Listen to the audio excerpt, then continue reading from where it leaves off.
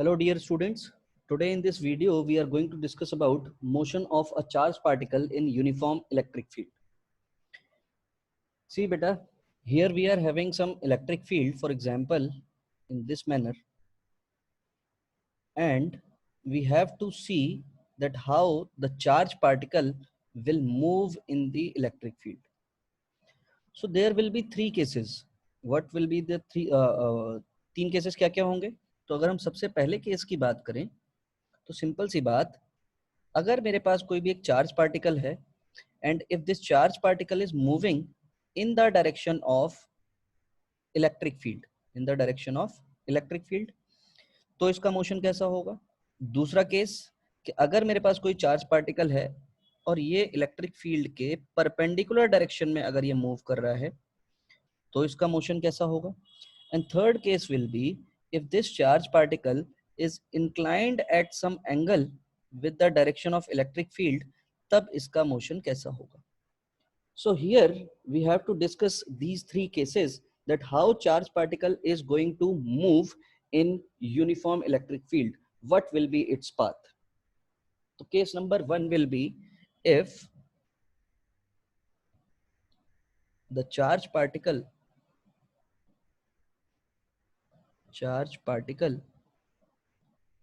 is moving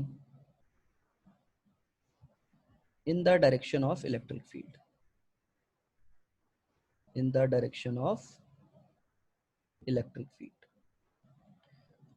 तो simple सी बात, we have studied already in electrostatics that electric field always accelerates the charge particle. Electric field accelerates the charge particle.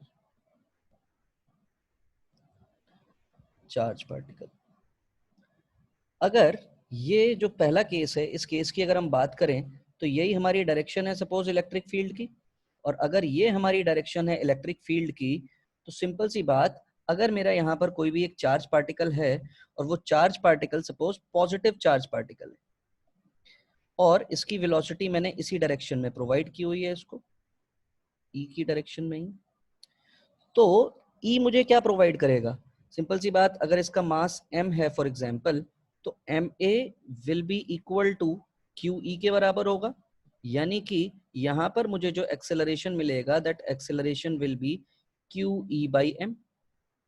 And if I can see that the acceleration is in the direction of electric field, so initially if the velocity is v, then obviously after some time it will get accelerated, and after acceleration its velocity will change, but the direction of motion will remains the same, that is in the direction of electric field.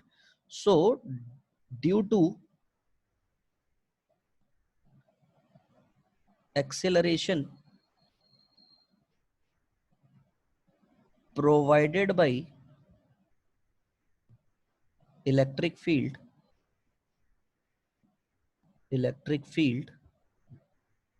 the charge particle will be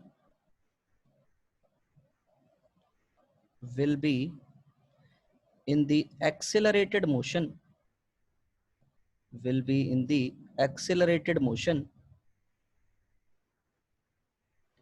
and will move in the direction of electric field. तो ये हमारा पहला case हो गया कि first case में हमारी कहानी क्या होगी, मतलब case number 1, this is case number 2 and this is case number 3. So we have discussed case number 1, और केस नंबर 1 से हमें क्या पता चला कि अगर कोई भी चार्ज पार्टिकल को इलेक्ट्रिक फील्ड की डायरेक्शन में ही अगर आपने वेलोसिटी दी हुई है, तो that particle will be moving in the uniformly accelerated motion and it will move in the direction of electric field. Now here we have to see the second case कि अगर मान लीजिए कोई भी मेरा चार्ज पार्टिकल है और वो चार्ज पार्टिकल को जो मैंने वेलोसिटी प्रोवाइड की है वो वेलोसिटी इलेक्ट्रिक फील्ड के परपेंडिकुलर डायरेक्शन में प्रोवाइड की है. तो केस नंबर 2 की अगर हम यहाँ पर बात करें, case number 2, that is if the charge particle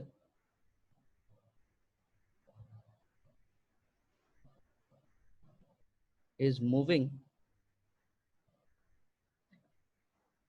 perpendicular to the direction of electric field. Direction of electric field, तो इसका मोशन कैसा होगा? तो सिंपल सी बात, हमने यहां पर क्या काम किया, हमने यहां पर इलेक्ट्रिक फील्ड अज्यूम की है और इसी इलेक्ट्रिक फील्ड की वजह से इलेक्ट्रिक फील्ड हमेशा चार्ज पार्टिकल को अपनी ही डायरेक्शन में एक्सेलरेट किया करती है। This is uniform electric field. और हमने यहाँ पर क्या अज्यूम किया हुआ है, हमने यहाँ पर एक चार्ज पार्टिकल अज्यूम किया है। इस चार्ज पार्टिकल को हमने जो वेलोसिटी प्रोवाइड की है वो परपेंडिकुलर डायरेक्शन में प्रोवाइड की है, that is in this direction. Electric field हमारी इस डायरेक्शन में है, तो अगर मैं इस डायरेक्शन को एक्स एक्सिस नाम दे दूं और परपेंडिकुलर डायरेक्शन जो है अगर मैं इसको वाई एक्सिस नाम दे दूं, तो सिंपल सी बात, जो भी मेरा चार्ज पार्टिकल है उस चार्ज पार्टिकल को क्या मिलेगा, ये इसका जो मोशन है अपवर्ड डायरेक्शन में जो मोशन रहेगा, this motion will be uniform motion. क्यों होगा यूनिफॉर्म मोशन, तो समझने की कोशिश करते हैं। बिकॉज इलेक्ट्रिक फील्ड जो होती है, इलेक्ट्रिक फील्ड एक्सेलरेशन किस डायरेक्शन में प्रोवाइड करती है, उसी डायरेक्शन में प्रोवाइड करती है जिस डायरेक्शन में इलेक्ट्रिक फील्ड हुआ करती है। एक्सेलरेशन इलेक्ट्रिक फील्ड का उसी डायरेक्शन में होगा, इलेक्ट्रिक फील्ड की वजह से उसी डायरेक्शन में होगा जिस डायरेक्शन में हमारी इलेक्ट्रिक फील्ड लग रही होगी। मतलब ये एक्सेलरेशन जो भी मुझे मिलेगा, एक्सेलरेशन मुझे इसी डायरेक्शन में मिलेगा, this will be the direction of acceleration. यानी कि ये जो भी मेरा चार्ज पार्टिकल है ये वाई डायरेक्शन में तो इसका मोशन यूनिफॉर्म मोशन होगा, लेकिन अगर मैं यहाँ पर एक्स डायरेक्शन की बात करूंगा तो एक्स डायरेक्शन में इसका मोशन कैसा होगा, यूनिफॉर्म मोशन होगा, सॉरी यूनिफॉर्मली एक्सेलरेटेड मोशन होगा। और अगर ये यूनिफॉर्मली एक्सेलरेटेड मोशन होगा तो इसका मोशन कैसा होना चाहिए, इस पूरे चार्ज पार्टिकल का मोशन कैसा होगा। देखो वाई डायरेक्शन में इसका मोशन है यूनिफॉर्म मोशन और एक्स डायरेक्शन में इसका मोशन है यूनिफॉर्मली एक्सेलरेटेड मोशन। अगर मैं आपको आपका प्रोजेक्टाइल याद दिलाऊं तो ऑब्वियस सी बात है, प्रोजेक्टाइल के केस में भी हमारा एक चार्ज पार्टिकल हुआ एक पार्टिकल हुआ करता था। उस पार्टिकल को एक वेलोसिटी हम लोग प्रोवाइड करते थे u, और ऑब्वियस सी बात है यहाँ पर ये u cos थीटा हुआ करता था, इस डायरेक्शन में u sin थीटा हुआ करता था, और ये u cos थीटा और u sin थीटा और जो भी हमारा मोशन हुआ करता था वो पैराबोलिक मोशन होता था। क्यों, ऐसा कैसे हमें पता चला था कि ये पैराबोलिक मोशन था, हमने इक्वेशन ऑफ ट्रेजेक्टरी आइडेंटिफाई की थी, तो हमने ये वाले मोशन को हमने कैसा अज्यूम किया था, यूनिफॉर्मली एक्सेलरेटेड मोशन अज्यूम किया था। और यूनिफॉर्मली एक्सेलरेटेड मोशन होता ही है जो कि एक्सेलरेशन कितना होता है g का, और एक्स डायरेक्शन जो हुआ करती थी वो अपना कैसा मोशन होता था, यूनिफॉर्म मोशन हुआ करता था।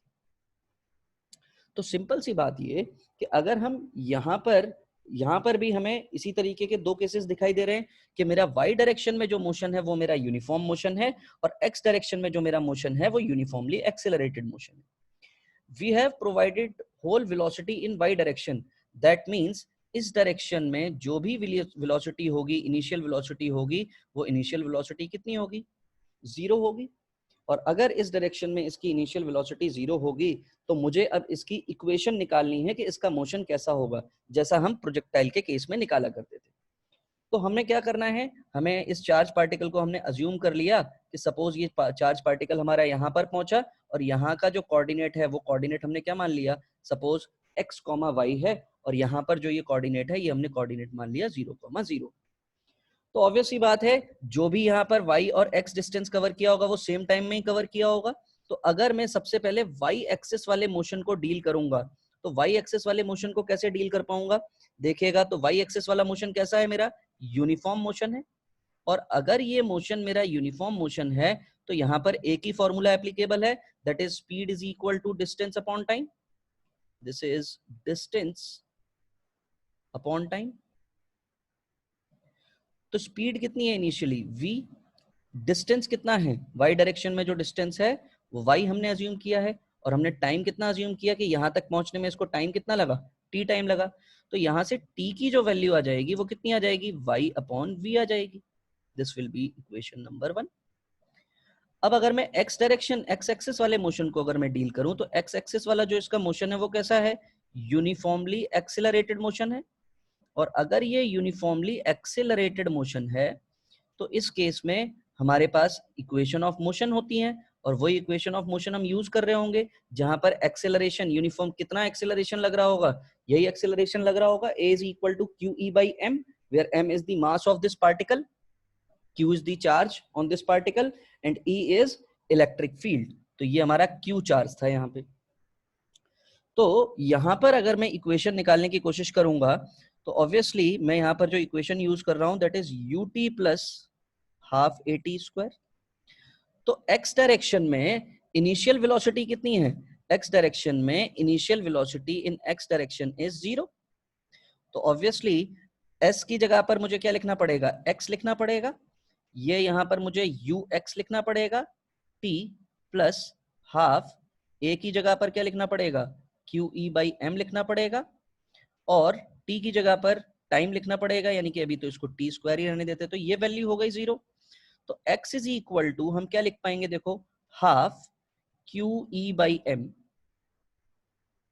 into t square, and what is t over here, t is y upon v का होल स्क्वायर।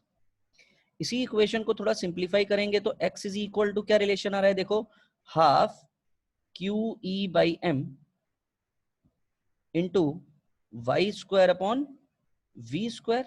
तो ये जो हमारी इक्वेशन है, ये इक्वेशन कैसी है, this equation is parabolic, quadratic equation है। तो ये हमारी इक्वेशन कैसी है, पैराबोलिक है, यानी कि यहाँ पर जो भी हमारा मोशन होगा पैराबोलिक मोशन होगा, किसका, चार्ज पार्टिकल का। सिंपल सी बात। तो अगर हम यहाँ पर देखेंगे कि भैया जो भी हमारा पैराबोलिक मोशन है वो पैराबोलिक मोशन हमारा किस तरीके का होगा, तो वो अगर हम यहाँ पर ड्रॉ करने की, तो ये कैसा मोशन आएगा, this motion will be in this direction, कुछ इस तरीके का मोशन होगा। आप इसको प्लॉट करके भी देख सकते हैं, कुछ वैल्यूज को अगर आप प्लेस करेंगे तो सिंपल सी बात, x is directly proportional to एक तरीके से y स्क्वायर है, आप इसमें y की वैल्यूज को चेंज करते जाइए तो ऑब्वियसली बात है आपको x की कुछ ना कुछ वैल्यूज मिलेंगी, यानी कि जहां पर भी y की वैल्यू, जैसे सपोज आपने y इज इक्वल टू अगर 1 रखा तो x की वैल्यू कितनी हो जाएगी, x की वैल्यू सपोज 1 ही होगी, y की वैल्यू आप 2 रखिएगा तो x की वैल्यू आपको 4 मिल रही होगी, तो इसी के अकॉर्डिंग आपकी वैल्यूज क्या हो रही होंगी, चेंज होती चली जाएंगी। तो सिंपल सी बात यह है कि यहां पर जो भी हमें मोशन देखने को मिलेगा वो मोशन हमारा पैराबोलिक मोशन होगा। यही अगर हम थर्ड केस देखें कि अगर यही मेरा जो सेम पार्टिकल है, यही सेम पार्टिकल अगर किसी थीटा एंगल पर इंक्लाइंड है तो उस केस में मेरा मोशन कैसा होगा। तो case number 3, third case is if the charge particle is moving at an angle theta with the direction of electric field, electric field के साथ सपोज थीटा डायरेक्शन से मूव करता है। तो सिंपल सी बात, ये हमारा third case, this is the electric field and where is the charge particle, charge particle is inclined at an angle theta, और अगर चार्ज पार्टिकल मेरा थीटा पर इंक्लाइंड है तो मतलब यहां पर ये मैंने इसको initial velocity suppose u provide कर दी, और इसके साथ ये जो एंगल है ये q और ये m, इसका मास, दिस एंगल इज थीटा। अगर ये थीटा एंगल है तो सिंपल सी बात, इस डायरेक्शन वाला जो मोशन होगा वो मेरा कैसा होगा, यूनिफॉर्मली एक्सेलरेटेड मोशन होगा, एक्सेलरेटेड मोशन होगा। और जो दूसरा वाला y डायरेक्शन वाला जो मेरा मोशन होगा ये कैसा होगा, this will be uniform motion. Simple सी बात, तो यूनिफॉर्मली एक्सेलरेटेड जो मोशन होगा उसका एक्सेलरेशन कितना होगा, that will be QE by m। Same हमें इसी तरीके का एक्सेलरेशन मिलेगा। अब यहाँ पर हम क्या काम कर सकते हैं, यहाँ पर हम इसके दो कंपोनेंट्स बना सकते हैं, that is u cos theta and the second component will be u sin theta. ऐसे ही दो कंपोनेंट्स बनेंगे। अगर ये दो कंपोनेंट्स बनेंगे तो फिर से हमें वही काम करना पड़ेगा कि सपोज हमें एक पार्टिकल की एक पोजीशन डिसाइड करनी पड़ेगी, और वो हमने पोजीशन कितनी मान ली, x, y पोजीशन मान ली। तो सिंपल सी बात, अगर मैं सबसे पहले y एक्सिस के मोशन को डील करूंगा तो y एक्सिस का जो मोशन होगा उस केस में जो मेरी इनिशियल वेलोसिटी है y डायरेक्शन में, वो अब मुझे कितनी मिल रही होगी, u sin थीटा मिल रही होगी। और y डायरेक्शन वाला मोशन कैसा है, यूनिफॉर्म मोशन, यानी कि speed is equal to distance upon time, यही फॉर्मूला लगेगा, speed is equal to distance upon time. और अगर मैं डिस्टेंस अपॉन टाइम वाला फॉर्मूला यूज करूं तो स्पीड की जगह क्या लिख पाऊंगा मैं, u sin थीटा, डिस्टेंस क्या लिख पाऊंगा मैं, y अपॉन टी, यानी कि यहां से मुझे टाइम का एक्सप्रेशन क्या मिल जाएगा, y upon u sin theta, कुछ ऐसा ही एक्सप्रेशन मिलेगा। और अगर मुझे ये एक्सप्रेशन कुछ इस तरीके का मिला तो अब सिंपल सी बात, x एक्सिस को डील करना पड़ेगा अब। और x एक्सिस को हम कैसे डील कर पाएंगे, दिस इज x एक्सिस, और x एक्सिस में हमारा जो मोशन होगा वहां पर हमें ux की जगह क्या लिखना पड़ेगा, u cos थीटा, और एक्सेलरेशन की जगह क्या लिखना पड़ेगा हमें, QE/m लिखना पड़ेगा। यानी कि और s की जगह हमने क्या लिखना पड़ेगा, x लिखना पड़ेगा, यानी कि x is equal to u cos theta, और t की जगह क्या लिख देंगे, सेम टाइम लगेगा, यानी कि y upon u sin theta, यानी कि इसकी जगह पर मैं क्या लिख दूंगा, y upon u sin theta plus half QE/m into Y square upon u square sine square theta. थोड़ा और सॉल्व करने की कोशिश करें तो u से u कैंसिल हो जाएगा, देखिए x is equal to Y cot theta plus half QE/m u square sine square theta into y square. And if I'll see this equation is also parabolic in nature. And if this equation is parabolic, that means quadratic है, quadratic होने की वजह से ही हमें पता चला कि ये जो इक्वेशन होगी, ये इक्वेशन हमारी क्या होगी, पैराबोलिक होगी। तो इस केस में हमारा जो मोशन होगा, जो भी हमारे चार्ज पार्टिकल का मोशन होगा, वो मोशन भी हमारा कैसा होगा, वो मोशन भी हमारा पैराबोलिक होगा। तो यहाँ पर भी जो हमें हमारा जो पैराबोलिक पाथ जो देखने को मिलेगा बेटा, वो पैराबोलिक पाथ हमें कैसा देखने को मिलेगा, यहाँ से कुछ ऐसा हमारा पार्टिकल जा रहा होगा।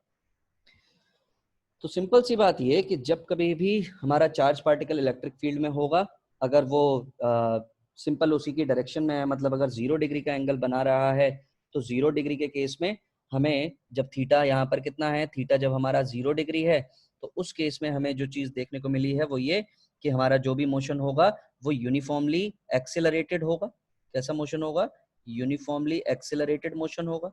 और ये जो भी हमारा यूनिफॉर्मली एक्सेलरेटेड मोशन होगा और इसका जो पाथ होगा वो बिल्कुल स्ट्रेट लाइन पाथ में ट्रेवल करेगा। ये कैसे पाथ में ट्रेवल करेगा, स्ट्रेट लाइन पाथ में ट्रेवल करेगा in the direction of electric field. Second वाला केस हमने लिया कि अगर मान लीजिए हमारा जो भी पार्टिकल है वो परपेंडिकुलर डायरेक्शन में मूव कर रहा है अगर इलेक्ट्रिक फील्ड के, तो हमें पता चला कि जिस तरह से हमारा प्रोजेक्टाइल मोशन हुआ करता था, हम लोग इस तरीके से कोई चीजें डील किया करते थे, तो इन्हीं की वजह से हमें क्या देखने को मिलता था कि एक साइड जो हमारी होती थी, एक एक्सिस जो होती थी वो हमारी यूनिफॉर्म मोशन में हुआ करती थी और दूसरी एक्सिस हमारी यूनिफॉर्मली एक्सेलरेटेड मोशन में हुआ करती थी। तो जब ये यूनिफॉर्म मोशन और यूनिफॉर्मली एक्सेलरेटेड मोशन हुआ करते थे तो उनको डील करने का तरीका यही है कि आपको एक्स एक्सिस को अलग डील करना है और वाई एक्सिस को अलग डील करना है। तो उन्हीं दोनों को जो हमने अलग अलग डील किया, यहाँ पर जो कॉमन फैक्टर है वो कॉमन फैक्टर आपका टाइम का है। तो टाइम को कॉमन फैक्टर मानते हुए हमने यहाँ पर इक्वेशन क्या डिराइव कर ली कि x is equal to half QE/m Y square upon V square. और इसी से हमें क्या पता चला कि ये जो भी हमारा पाथ होगा ये पाथ हमारा पैराबोलिक होगा। थर्ड केस में भी हमें यही चीज देखने को मिली कि यहाँ पर हमारा बस थीटा एंगल बन रहा था, तो ऑब्वियस सी बात है एक्स डायरेक्शन में भी हमें कुछ ना कुछ वेलोसिटी मिल रही थी और वाई डायरेक्शन में भी हमें कुछ ना कुछ वेलोसिटी मिल रही थी। एक्स डायरेक्शन में जो हमें वेलोसिटी मिल रही है वो यू कॉस थीटा मिल रही थी और वाई डायरेक्शन में जो हमें वेलोसिटी मिल रही थी वो यू साइन थीटा मिल रही थी। वाई एक्सिस का मोशन जो है वो हमारा यूनिफॉर्म मोशन होता है, यहाँ पर हमें देखने को मिला, और एक्स एक्सिस का जो मोशन होता है वो हमारा यूनिफॉर्मली एक्सेलरेटेड मोशन होता है। तो यहाँ पर हम लोगों ने सबसे पहले वही टाइम हमारा कॉमन फैक्टर हुआ करता है बेटा, तो टाइम की वजह से यहाँ पर हमने यूनिफॉर्म मोशन को जब डील किया तो t इज इक्वल टू हमें y upon u sine theta मिल गया। और इन द सेम वे जब हमने x एक्सिस को डील किया तो x एक्सिस के केस में हमें रिलेशन क्या मिला, x is equal to y cot theta plus half Q E by M U square sine square theta Y square. और ये क्वाड्रेटिक इक्वेशन है, अगर ये क्वाड्रेटिक इक्वेशन है तो यहाँ पर जो पाथ होगा वो पाथ कैसा होगा, पैराबोलिक पाथ होगा। So this was all about the motion of the charge particle in uniform electric field. In the next video, we learn about the motion of the charge particle in magnetic field. Thank you so much for today.